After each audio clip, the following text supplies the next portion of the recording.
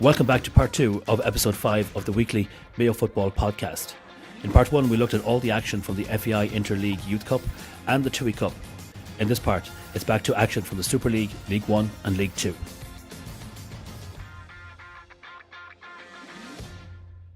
Ballina Town moved to the top of the Super League with a convincing win over Ballyglass on Saturday evening. It was Ballyglass that got off to the perfect start, JP O'Gorman blasting an almost unstoppable shot past Ballina keeper Mark Duffy. Next it was the town's turn.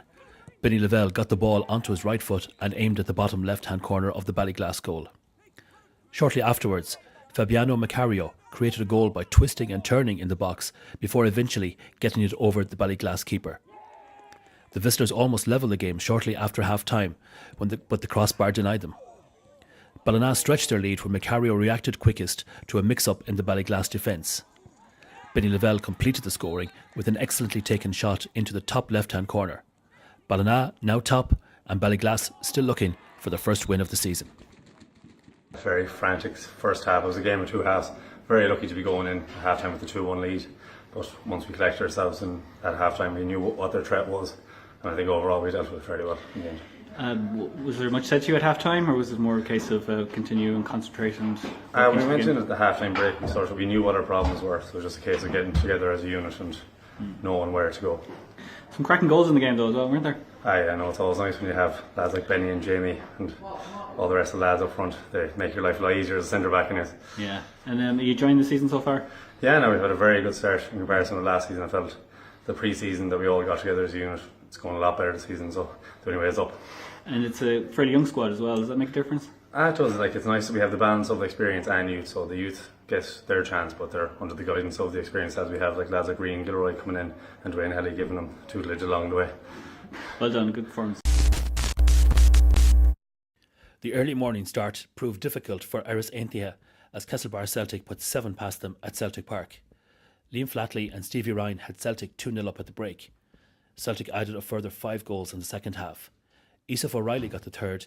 Ben Murphy added 2 more before Jose Navarro got Celtic's 6th. O'Reilly completed the scoring with his 2nd and Celtic's 7th. Claremorris went into this game looking for their first points of the season, while on the other side, SNF had won all their first 4 games. Claremorris though have been very unlucky in most of their games, and many felt that getting a big result was just a matter of time.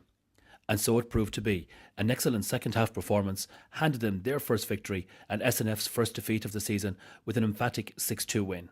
Dean Roddy and Danny Broderick both scored twice, and Ronan Commons and Simon Butler added 2 more to see Mark Peterside claim all 3 points. Kiltimagh Knock United picked up their first point of the season with a 1-1 draw away to Manila. The visitors took the lead on 16 minutes when Gavin Groarke's low cross was put in the net by ex-Manila player Stephen Wallace. Manila dominated possession and finally found the net when Matty Nolan levelled matters on 67 minutes, as he finished expertly when Kiltimagh Knock failed to properly clear a corner.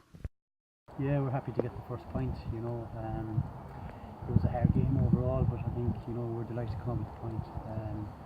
Both teams had their chances, but I suppose in the first half we were unlucky. We didn't get another one ourselves for 2, and we were fighting at the end to, not to concede. But overall, we're happy to get the point. The game between Westport United and Ballyhane was postponed due to players' involvement with the Mayo Youths squad. That means with Westport United now playing and Strain Foxford losing to Claremorris, Ballina sees the opportunity to go top of the table. At the other end, Ballyglass still on 1 point, joined now by Kiltimagh Knock United who get their first point of the season, and Erris Ainthia still waiting for their first point. And now a look at next week's fixtures. Manila travel to Ballyhane. Castlebar Celtic returned to Kiltimagh Knock United just 2 weeks after their cup victory there. It's second versus third when Straden Foxford takes on Westport United. Ballyglass and Claremorris, they meet each other again just 2 weeks after their cup meeting, and Erris Ainthia welcome Ballina Town. In the TUI Cup, Snugborough overcame Ballyglass B by 5-1 with a first half goal from Sean Curry and 4 second half goals from Inda Lavelle, Robert Ehlert, Sean Fleming and this one from Roman McTeague. Ballyglass grabbed a cracking consolation goal near the end to make it 5-1 with a strike that would have beaten any keeper. In the 3-store Ballina League 1, Manila B continued their superb start to the season as they made it 4 wins from 4 with a 4-1 win over Mulranna United. Niall Muldoon had Mulranny in front on 7 minutes, but Damien Walsh levelled from the penalty spot 5 minutes later after a foul on Roger Clark. Clark then put Manola in front before doubling their advantage with a near post header just before half time. Paddy Canavan then put the game beyond doubt with a final goal on the 75th minute. Kilmore picked up another point at home on Saturday evening when they enjoyed a share of the spoils with a 1-1 draw against Ballina Town B. Jamie Moyles had Ballina in front at half time before Sean Brogan levelled the scores in the second half. Killala came back from 2-0 down at half time to claim all 3 points with an excellent second half performance. Crossmolina scored 2 early first half goals in a dominant first half display, and it was hard to see anything but a win for the home side at that stage.